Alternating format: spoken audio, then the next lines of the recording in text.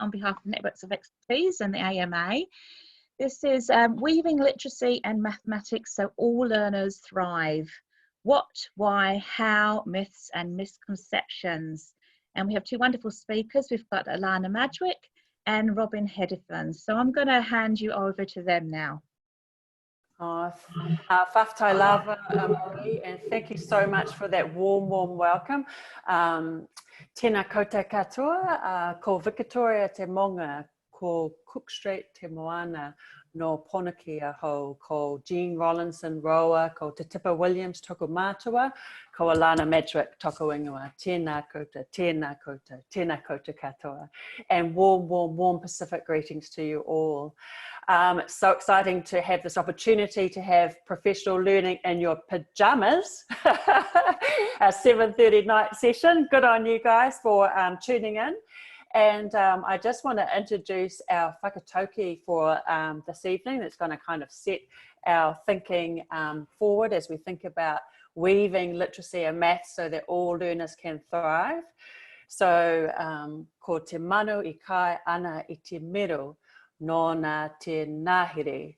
Ko te manu I kai ana I te mātauranga, nōna te ao. The bird that consumes the mereberry owns the forest. The bird that consumes knowledge owns the world. And for us as your panel or your speakers today, we really want to embrace weaving in mathematical thinking, teaching and learning, and how literacy can, when we weave those two strands together, how it can help all learners to thrive in your classrooms. So just a little bit more about me before I pass over to lovely Robyn over there. So I am a secondary trained maths teacher. It seems a long time ago now, last century. And I used to teach at Onehunga High School for those of you up here in Tamaki Makaurau. I immediately realized after 1 year's training at Teachers Training College that in order to meet the needs of my diverse literacy and language students that I had in front of me, I needed to learn about how to have a kete full of literacy approaches so that students could really embrace mathematical thinking in my classrooms. And that's been my inquiry since about 1996. And so I'm hopefully through our session this evening, we can share some of what we've learned along this journey. So I'm going to pass it over to Robyn and let her introduce herself. Kia ora koutou everybody, ko Robyn toko ingoa. My role in this is to support Alana because she is the literacy expert here. And for me, I work through the Networks of Expertise, which is a ministry funded thing, and support maths teachers in the Auckland region. And now through the online platform, we're finding that we've got teachers from all over New Zealand. So welcome to everyone who's not in Auckland. It's really great to have you on board. We also welcome now primary, intermediate and secondary teachers because primarily we've been focused as a maths organisation at the secondary level. So it's really nice to have everyone on board, and that's also Marie's role, who introduced us at the beginning. She's the second kaiarahi for the Auckland region, and together we both work to support years 0 to 13. So welcome, great to have you all here. So to kick this off, I'm thinking mathematics is about more than numbers, and often we're very focused on the numbers. And for students to be able to solve problems, what we actually need is we need them to be able to think, to be able to read, to be able to write, and to be able to communicate their ideas to others or to write them down so that they can make sense of what they're doing themselves. And to me, this requires some understanding of disciplinary literacy, which is Alana's area. So Alana, over to you. What is disciplinary literacy for us mathematics teachers, and why is it important? Oh, thank you for that, Robyn. So I'm going to ask you to share a little screen there because we've got a great diagram that helps unpack disciplinary literacy. I'm coming with the technology. That's all good. That's all good. So for those of us who, I notice we've got a lot of people from colleges and primary schools on our chat. So this is going to really make sense to you, I think, when you think about how come students can write really well in English, and then they come into my maths class and then they really struggle at writing in maths. Or how come my students can do quite well in maths, but when they do mathematics with statistics in, say, year 13, that they struggle to write well in using statistical language or being able to write a good statistical report. But how come if I give them a essay in English that they can do very well? What is that about? So this diagram helps explain all of that. How come sometimes students can write well in this context, but struggle to write or read well in this context? So firstly, it's by Shanahan and Shanahan from 2008. And if we start from the bottom of this kind of tiered pyramid, we can see that as soon as babies come out of our womb and are introduced into the world, they are trying to make meaning from all of what's around them. They're immediately trying to work out how to copy their mum and to say words, and they're learning how to sound out words themselves so they can speak. So that's your basic literacy skill. It happens before they even start early childhood centres, because our parents are our first teachers. So your basic literacy skills are when you're learning how to read, you're learning how to write, you're learning how to speak well, you're learning how to listen well. And it happens as soon as we're born, right up to maybe years 3 or 4 maybe. Once students have got those basic literacy skills of how to put together a word or how to read or decode a word, we're then getting on to those intermediate literacy skills. Those look like being able to construct a paragraph well for a certain audience, or read a paragraph and get the main idea from that. So they're now actually reading to learn and writing to persuade, because they've got the basics, but they're getting into these intermediate literacy skills.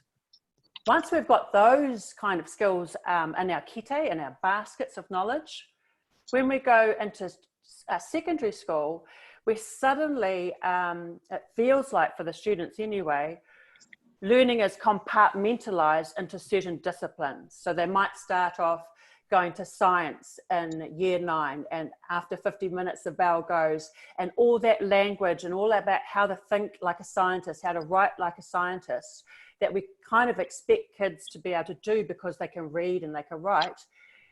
Well, when they move into a music classroom, suddenly the language changes, how we read a table or a piece of musical script is completely different from how we might read a science text. Then we go into the maths classroom, period 3. We put on another hat, and suddenly we've got to make sense of numbers and tables, and our texts that are put in front of us are completely different. So these are the specialist kind of skills that we need to help our young people understand when they move across into different subject areas. Thinking about, for maths today, how can we help our students think like a mathematician, which is different from thinking in English?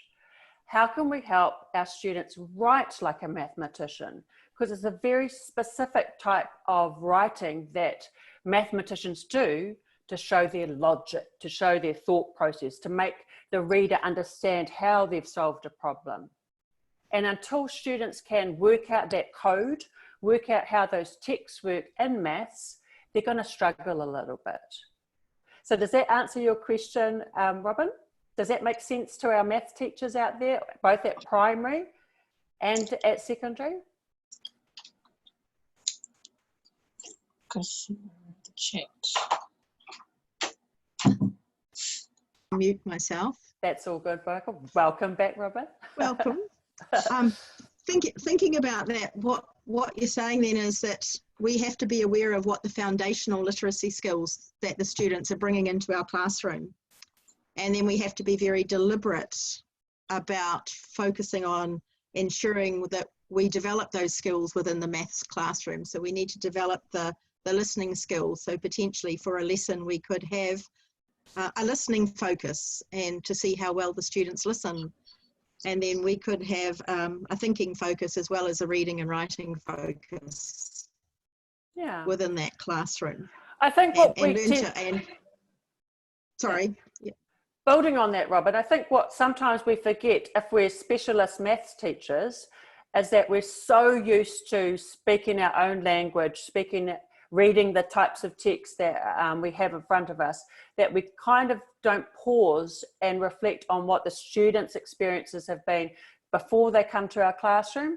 They've got to kind of change hats, and we've got to help them understand in this environment, we're going to love thinking like a mathematician. It's going to look slightly different than how we might love thinking like a scientist, because there's certain ways that we think and certain types of texts that are important, certain ways we write. Okay, so thank you for that. Sorry. Thinking about the next slide here, why do we want to focus on this literacy in the maths classroom? What are we going to achieve by doing that? Yeah, well, I have to go right back to when I first started teaching, because I will never forget my first year sitting in our marae, actually at Onehunga High School, and the stats for our School C learners back in the day, when only half of our students were allowed to pass. Isn't that terrible? Half of them had to fail a School C maths exam back in the day. But I remember sitting there after my first year of teaching, and our principal showed us the results for our Pacific students. He disaggregated the data, and I remember sitting there watching the slides go past, and it just, when I saw 9 out of 70 Pacific students pass School C maths, my kind of heart kind of sunk, and I felt like a real failure. I felt like I'd let them down. I was part of the maths team. It wasn't just me that those results were showing. But I just thought, gosh, we must do better than this, you know, and I wanted to be part of the solution. I didn't want to be a part of the problem. So literacy, what I've learned through my journey and my love of finding out how learning works, is all about optimizing our classrooms for students to show what they're thinking, for students to be able to use the language of mathematics, and for students to be able to read those maths problems and decode them. So what I like to think of, and for all of us in our audience today, what are the optimal conditions for your learners to thrive in your maths classroom? The more you as a teacher are able to be aware of how your young people learn, the more you're going to be able to adapt and respond to their learning needs on the spot when you notice something's happening, when you notice they're struggling. Rather than giving them the answer, which is sometimes our default, we just want to help them solve the problem or help them read the text, we might default to, oh, well, they've asked me a question, I'm the adult, I'm going to give them the answer. I really want us to pause. I want us to pause and believe that the answer is in the room with your students. Because what we know about our students in our classrooms, if you have mixed level, I don't like using mixed ability. I know it's a word that we have go around in all of our education environments, but that to me, that word ability kind of seems to be quite a fixed mindset. So I've changed my own language to use mixed skill, so that some students come in with more skills than others, and some are still learning those skills. So when we focus on literacy within maths, when they're struggling to read a word problem, we check in and we ask students to have another go, to try and unpack that word problem, because I know you can do it. And we try and think about who in your group can help you unpack what that word problem is all about. Because if you believe as a teacher that your students can solve those problems, and that in your classroom, if they really want to do it, they will find a way, because that's a great thing about maths. I love that. I don't know if you guys love it, that there's always a solution. and you just got to help your students try and navigate to find the solution. And some will, of course, go back to some strategies that take quite a while to get there.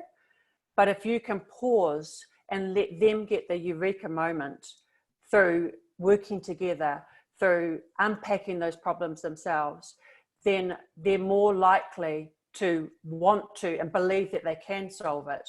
So I hope I've kind of gone on a spin, Robyn, I'm sorry. Yeah, no, that sounds awesome. So I think what I'm hearing you saying is that like the focus on literacy is actually going to help them think more deeply and clearly in and about their mathematics, and that by getting them to potentially write or explain, to speak, we're going to get a window into the way that they are thinking, and maybe the misconceptions that they have about concepts, and how they potentially feel about what they're doing. So I think I can see the importance of this sitting here, and why we have to maybe move away sometimes from the numbers so that we get to organize and clarify and actually, you know, reflect on our ideas and be able to communicate them to other people. Yeah, I think it goes back to relationships as well. Because I think when I first start my maths lessons, the first thing I would do when I had my students in my classroom is I would realize that not everyone is as passionate about maths as I am. That sometimes students have a fix. Yeah. They have had some sense of failure before they've come to my classroom. Some will love it and just can't wait to get onto it, but some will have some preconceived ideas that they can't do well in maths or they don't enjoy it. So I always get them to write a paragraph to me. Tell me what you love about maths so far. Tell me what you struggle with. Tell me what helps you to learn in maths. Tell me how maths is important for you in your real life, or anything like that. They can choose how they answer it. But I would always ask them to write a paragraph to tell me how they see themselves as mathematicians. And then from that, I could get a sense of how much work I'm going to have to do to create conditions for safety in the classroom so that kids start to believe that they can do it. Awesome.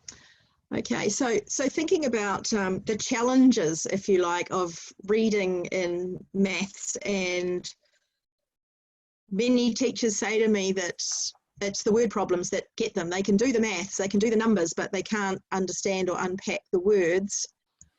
So if we were thinking about that, what would be the biggest challenges maybe in mathematics texts, and then a way that we can maybe solve, a couple of strategies that we can look at to solve those? Great. So this is a common literacy challenge for many of us, me included back in the day, is how do we help our young people solve contextual maths problems? Because that's when they can do that, then they're more likely in the real world to be able to solve problems in context of what's happening. And that's what we're really wanting them to do, to be mathematically literate. So just today I was in a classroom, yay, and I saw a wonderful approach a teacher was using.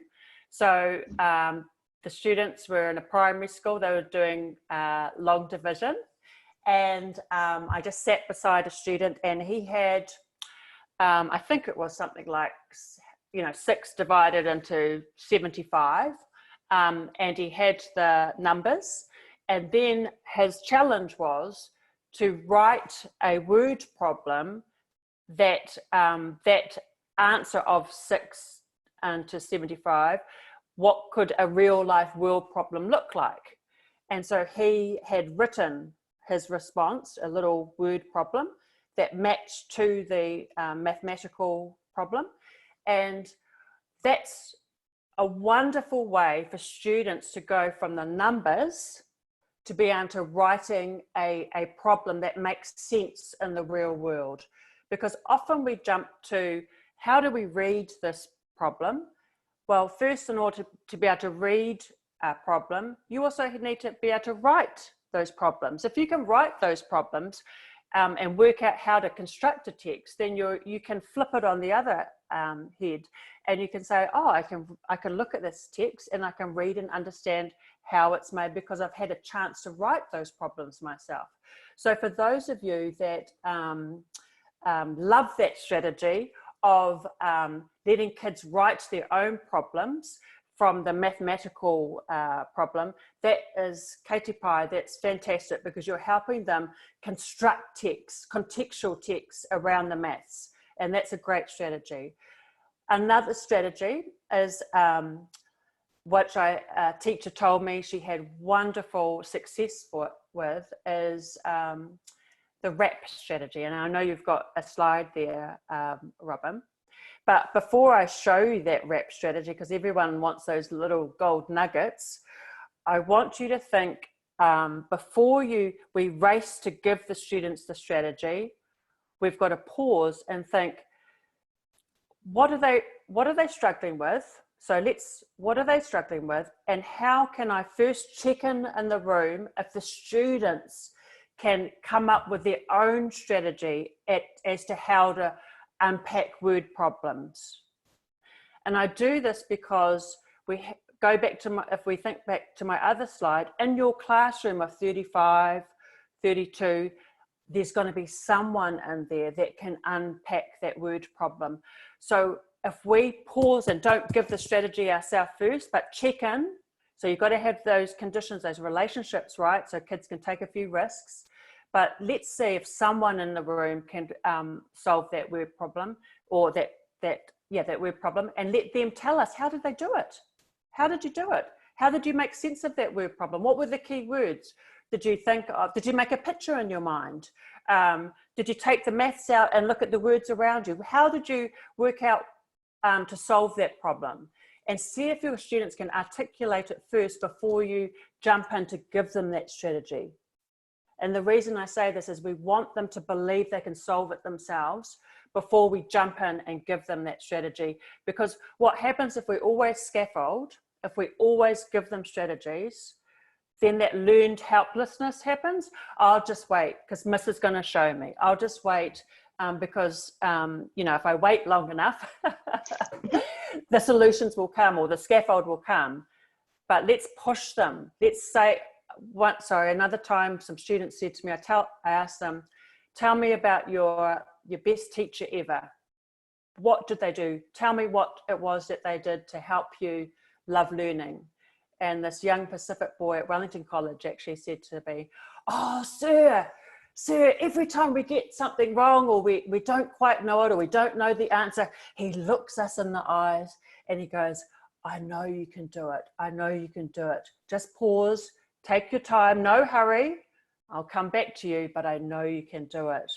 And that kind of self-belief that it can come from the class themselves really helps kids to, if they can explain their strategy, then they're more likely to have that eureka moment. But when we realize that we need to help and step in with a scaffold, then here's a really simple one for word problems. If we can, yeah, great. Can you see that, everyone? It's called the wrap strategy.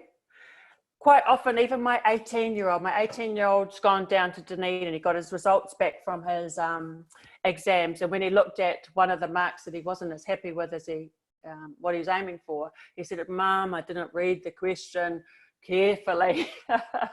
So don't get frustrated, teachers, when you notice all the time students struggle with reading the problem carefully.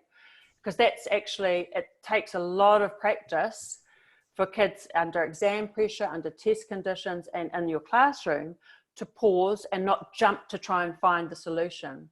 So let's help them take a moment, read that problem carefully, then ask 3 questions. What do we want to find out? Oh, I've missed that little, but I can't quite see on the side. Can you guys see that? What do we want to find out? What do we know? What do we already know? And how will we do it? You don't want them to solve them. You want them to pause for a minute. But if they can start in their groups to answer those 3 questions, you're slowing down the quick response of trying to find the solution straight away without, they've got to take their time and make sure they can understand what the question is really asking you before they try and solve it. The last step, paraphrase. There's so much power in paraphrasing. If I say it in my own words, what this problem is, asking me, then I'm going to have more chance of owning and understanding that so I can teach others rather than just reading off the script. So that's a cooperative reading strategy approach specifically for maths. If you haven't tried that before, give it a go. Give each student responsibility, just like you might do a reciprocal reading strategy, but you're wanting to pause and slow down the reading process so that students can really understand the problem before they jump in with the strategy to solve it. Does that make sense to everyone? Yeah, that makes a lot of sense. So if I was thinking about that, Alana, as a typical word problem for a younger student, I'd be thinking, you know, something like, I've got some plums, 4 plums, and Alana gives me 5 more, and then I give away 7. And so to maybe make sense of that, and initially I said, you know, maths is not all about the numbers. If I took the numbers out, then I would take away the stress maybe of trying to deal with the numbers, and I could just make sense of the words maybe. And so potentially I'm thinking, if I took out the numbers, what would I have? I'd have some plums, and I'd be happy to take some more, but then I would think that was being greedy, so I might give some back, and then I'd want to know how many I had left. And I'm thinking I can then make sense of the words without the anxiety of the numbers. And I'm looking at this as a teacher and going, actually, I don't have to put those same numbers back in. I could ask the students to put any numbers they wanted in, and they could make their own problem from that. That's so right. Instead of sum, they just make up their number, and then we then get a bit of a window maybe into the sort of numbers that they're currently working with. Are they working with 2-digit numbers, 3-digit numbers? Are they adding or subtracting at that level? Oh, that's great. So, I want you to think about the purpose, everyone, the purpose of that strategy, because quite often, just like this is a great strategy, and what we're wanting to do is optimize the conditions for success. So we want to think, how is this strategy helping our young people solve problems, solve word problems? And so what you've done there, Robyn, is tried to help the students read all around the numbers to get a sense of what that sentence is really saying. Is that right? Yeah. Yep. Yeah. So that we can then think, you know, it's about adding some in and taking some away, really, isn't it? Yeah. And they could do that in all sorts of different You could even add an X in there. ways, Huh? and not to do it one particular way. Sorry? Yeah. You could even add a variable. I could add a variable. Yeah, I could take this anywhere. Robyn has X plums. That might scare a few people away. Yeah. Sorry, I just build on that, because what we want to do is have problems that are low entry, high ceiling. So what we mean by that is, if you haven't heard of that term before, is open problems, even though this is, you know, there's only one answer for the 4, 5 and 7. But when you take out the numbers, as you say, you could go with one variable, and you could go with big numbers. You could, so there's lots of ways students can have fun with it. Is that right? Yeah. Yeah, there's no right answer now, and there's no one answer. So they could have fun with it. Could be all sorts of answers, and they could have a lot of fun. What I do want to draw your attention to, everyone, is that when you look at what some of the hiccups, some of the challenges some of your young people might have, it's actually, as you've said in the previous slide, Robyn, the thing about maths word problems is that sometimes, no, you're all good. I'll talk about that problem. Yep. Some of those little words are very important to the context of the problem. And if I were to look at that word problem you've got there, and I had to think of what I call the $1 million words. So kids love money, huh? Even though now we don't live with cash so much, so maybe they love mum's bank card. But if you think about, I always used to use 5-cent words and $1 million words to help students differentiate between the really important words in that maths problem and some of the words that are kind of fillers. So if I look at that, I think what's a key word or $1 million word is Alana gives you some more. That word more means that, you know, there's more than what Robyn has. So it's an add-on. So you're immediately thinking bigger. And some students might not pick up that more, and that will really stuff them up for the problem. And even that gives some away. You just check in with your learners that they're realizing that those are the words that we want to put math symbols to, if that makes sense. Because there's many ways we can do add-ons and add more of, and we can't underestimate the importance of those little words in maths and how they can really throw students to give the wrong answer because they haven't read those little words because they mean so much. Does that make sense to everyone? Yeah, I'm just going to throw a counter example in there as well, Alana. Good. On this next slide. Oh, there's a next slide coming. Hang on. I think hopefully if technology is working, it's going to be where it should be. No, it's not. On my other screen, it's visible. I'm thinking about the misuse of words, maybe. I'm not sure if it's going to pop in here. No, it's not doing what it should. Let's talk about it, Robyn. So I'm thinking about the word times, you know, so oh, yes. I could pick up 6 times as many bits of plastic on the beach each day. And as my daughter, who maybe only picked up a few pieces, and then I could also then say that I ran 5 times as far as my daughter along the beach, and she only ran 2,000 meters. And how far, if I ran 2,000, how far did she run along the beach? So in one context, times means multiply, and in the other context, times means divide. Yeah, you really have to unpack those without getting students confused. Yeah, so that can, so I'm thinking there are keywords really key, maybe.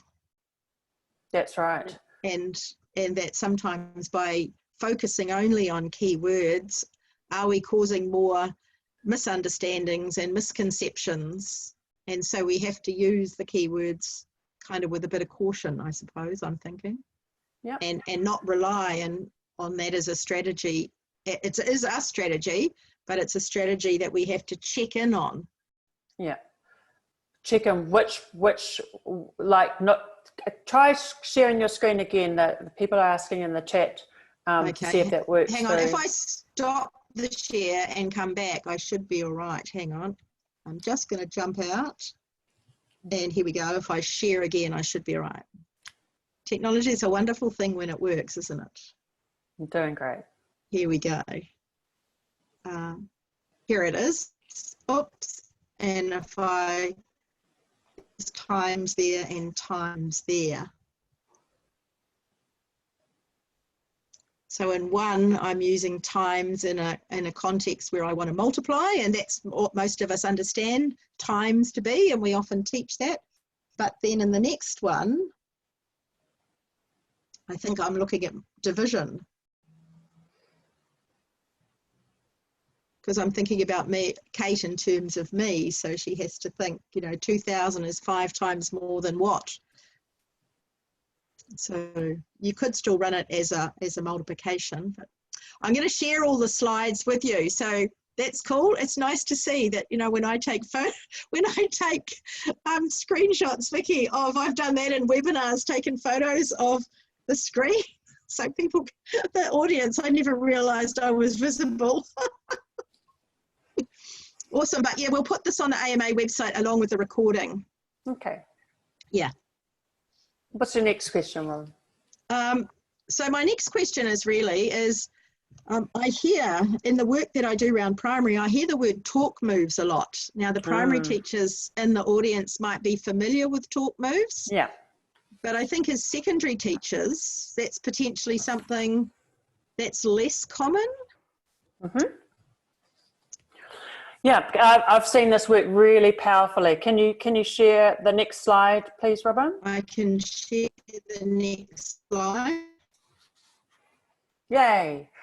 So Yep, I'll just tell you the power of this. So I was in an intermediate school, year 7 and 8 students. I was talking to them about their maths. I was getting their voice around how they solve problems. And I asked them, I said, oh, you know, what do you struggle with? And one young girl said, oh, fractions are so hard. And she was sitting with a group of about 4 other students. And then I was the adult getting the voice, but what happened was when she said, oh, they're so hard, a boy in the group said, oh, well, how do you work out fractions? So he asked her a question, then she tried to explain it. And then as she was explaining it, she got herself a bit confused, but he said something like, just pause, just wait, take your time, we'll wait. And then she tried again, and he said, can I help you? Or would you like someone to help you? After he was waiting for her to solve how to describe what a fraction was. And then I said to him, gosh, that's really great support for your friend here.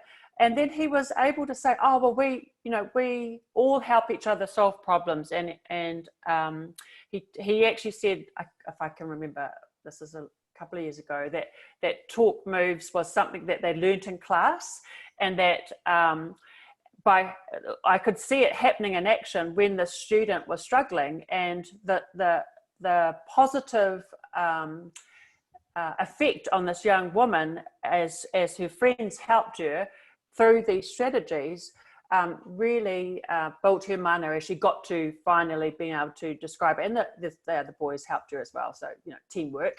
But the research shows that peers, students learn best from their peers than they do from us as the adults. So if we go back to the idea of mixed level grouping, when you give students the skills to be patient with each other, and the oral skills to help each other work together on solving problems.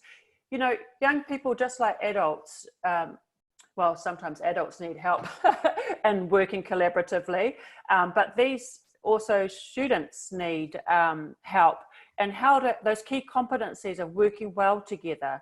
And when we give them those skills and let them practice in a safe environment, and then they own it, they didn't need this table in front of them. They owned those words, they owned those oral language strategies of supporting each other, and it just worked a treat. And I said to the teacher, gosh, that work you've done on helping your young people work collaboratively in groups by these sentence structures, by these maths talks moves, has really helped them support each other to solve problems. And it was just magic. Awesome, thank you. I think I'll put a link in the on the slide too later for you to go and read a bit more about talk moves if you haven't seen them before. So thinking about talk, this next slide, whoops, here we go. The famous quote from James Britton that reading and writing floats on a sea of talk. So thinking in terms of that, how do we actually get how do we, I suppose, link reading and writing, the talk, to that writing probably more, because in our senior secondary in particular, the students in statistics have to do quite a bit of writing. They have to communicate their findings. Now that's not just the numbers, and then we probably want them to do that all the way through, so it's we don't leave it till the end, that we start younger, where we get them used to writing in class. And how do we bridge that gap? Because so many teachers say to me, my kids can't write, our kids can't write. And we know that they can write, as you said, in the really early stages of this, but they don't make the connections between their other learning areas where they do write, and when they come to maths and doing maths and stats, and then they still have to write. Yeah. So I suppose, how do we optimize our conditions for kids to write in class, maybe? Is that the question? Yeah, it's So you have to believe that writing helps students clarify their thinking. If you believe that writing helps students clarify their thinking, then there's a lot of power in helping students write well in maths. So often we might see, I hate to use the word aiming for excellence, but that's our NCA talk, but I'll always say, you know, we're aiming for the best way to show our thinking. When we have to justify our solutions, let's say we've done a mathematical calculation, it's a word problem, we've done a mathematical calculation, and to do really well, to show our thinking is clear, we might have to justify our solution at the end. Well, there's a process in that. There's a process in learning how to justify your solutions. It's, you know, it's your higher level thinking skill. So that quote before, there's so much power in believing to help kids write well. If there's a step before that, what does that look like? Well, one of those steps is if I can justify to my peer why my answer is going to answer that question with clarity. If I can justify my solution to my friend, and she's done the same problem and she has a go, when I listen to my friend justify her solution and how she says it might be, oh, that sounds a bit flash, because maybe she's used better language in her justification. Maybe she's got a bit more better structure to how she maybe she uses the words from the question in her justification. So she'll have and my friend who's got smarts in her justification, she's probably got good structure. She's probably used the language from the question. She's probably ensured that her answer has answered the question that's been asked of her. So there's all these little things that she's done to justify well. So in my peers, in my peered activity, I've had a go, she's had a go, and I've heard from my friend a little bit better justification. Now when I go to write it and put it on paper, because of that sharing, I will have maybe a better justification just through that sharing as a peer and learning from my friend. There is certain processes to writing well. The best way I can help us think about that is when you as the teacher think through, how do I write well on the board? How do I write a sentence well for my students? If I can show them that I have used the keywords from the question, I have restated the question using the first parts of the word. If I have, you know, if you unpack how you write an excellent justification, or even before that, check if someone else in your classroom can, there's going to be certain structure to it, there's going to be certain words to it, and there's got to be a certain style and conventions, we say, in writing. So the more you can draw that out from the students, and the more you know what that looks like, then the more they're going to be able to write their justifications well. One more strategy I'll just share with you before we move on, because it's such a powerful one, is my favorite writing strategy is called the concept circle. So I don't know if you guys have heard of this. Basically, are you still there? Do you want to put me back on screen, Robyn? Sorry. As you might have a circle on the board, I should use the whiteboard Zoom screen, but I'm just going old styles. And we've got a circle and we cut it into 4 segments. And let's say, since I'll go with the justification idea, let's keep it our thinking high. So I'll have justify as my verb to do. Then I might have a number, I might have 3. I might have a context, I might have, oh, this is going to be hard. I might have run, since we were talking about running on the beach. And I might have, I don't know, 5. I'm trying to just off the hop here. So I've got you can have words, you can have numbers in here, and you give the students a problem, a question. For instance, justify why Joe, this is not working out so well, sorry. You have a question and they've got to use the numbers and the words to talk about the links. Like, where does 3 make a link to run, and where does 5 make a link to justify? They've got to talk through how they see those numbers and words matching, and then they have a go writing a sentence.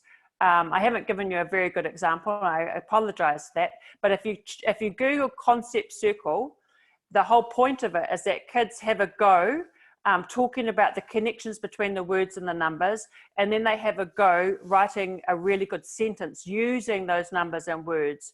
And then in pairs, you can see who wrote the better sentence.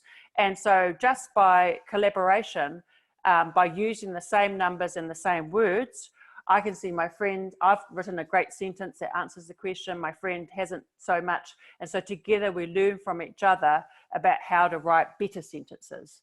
Did I pull myself out of that one? Sorry about that. I hope I didn't get you confused. Concept circle, that's the one. Yeah, you did, Alana. Wonderful. It's always the way when you sort of make something up on the spot. It suddenly never quite works, but we get the idea. I've just put in the chat because I couldn't put a link. If you search effective literacy strategies in years 9 to 13, pages 44 to 45, it will download the PDF of that. And actually, I do have a lovely article from the teacher, you know, the research TLIF, is it? TLIR, where Western Springs College looked at concept circles in mathematics, and it was written up by Waikato University. So I'll share that with people as well. They'll probably do a better job explaining it than I did. Oh, I'm not sure. I'm not sure. No, I can see the time, Robyn, and I know... Yeah, I can see the time as well, and I'm thinking we're kind of drawing to a close. Do we just want to close with some myths and misconceptions, maybe, just before we end, about what we need to do or what we need to be able to be effective in teaching literacy in a maths context? So, just like that teacher with those boys at the Wellington College classroom, I want to tell all maths teachers out there that you are great literacy teachers in maths. I struggled at English when I was at college. I got really poor marks in English compared to science and maths, and I thought I wasn't a good writer. I thought that I couldn't understand about how grammar kind of worked. But I got there, and I have understood how to write well now and how to read well, and I can read or write most things. In fact, I was the national literacy facilitator. But I hear so many times that maths teachers, you know, don't ask us to help with English, or don't ask us to help writing because we'll leave that to the English department. But you do not need to be a grammar expert. You do not need to be an English literature teacher, but you do need to model for your young people how important it is to read and to write and to speak well in your subject area. So every time you make a grammatical mistake on the board, use it as a learning opportunity to show them, oh, we don't let that go. We kind of work out what the right grammatical structure, how to spell it properly. And we always use those as learning opportunities, modeling for the students that we want to write well. When we notice our board work is all over the place and just got numbers and got no full sentences, we have to realize that they're looking at our board work as well as listening to us. So if I look at my board work and I'm seeing just lists, and then I'm asking my students to write sentences, I need to model for my students that we are going to write well, we are going to read well in maths. And the more you can model that, believe that for yourself, the more students are going to respond to you and want to write well in maths. want to decode those maths problems and read them, because you have given them safety around modelling and saying it's okay, but we're going to do it together. Does that make sense, people? You can do it. If I can do it, and I think I got a C in English way back in the day for bursary. So everyone can do it, and they really look up to you as a leader in their classrooms. An adult, it only takes one significant adult in people's lives to make a big difference about how they view themselves. So the more you advocate for reading, writing, speaking, listening well, and maths, the better. Thank you so much, Alana and Robyn, for such an inspirational talk, and really talk from the heart. I think some of those gems that we can take away with us. I'm loving the $1 million words. I think that's a really lovely one that I'm going to use that. The wrap, the wrap concept was really lovely, and those concept circles look really interesting to go into. So thank you so much for everything that you've shared with us today from your joint wisdom. Just a couple of things to let our people know who are watching.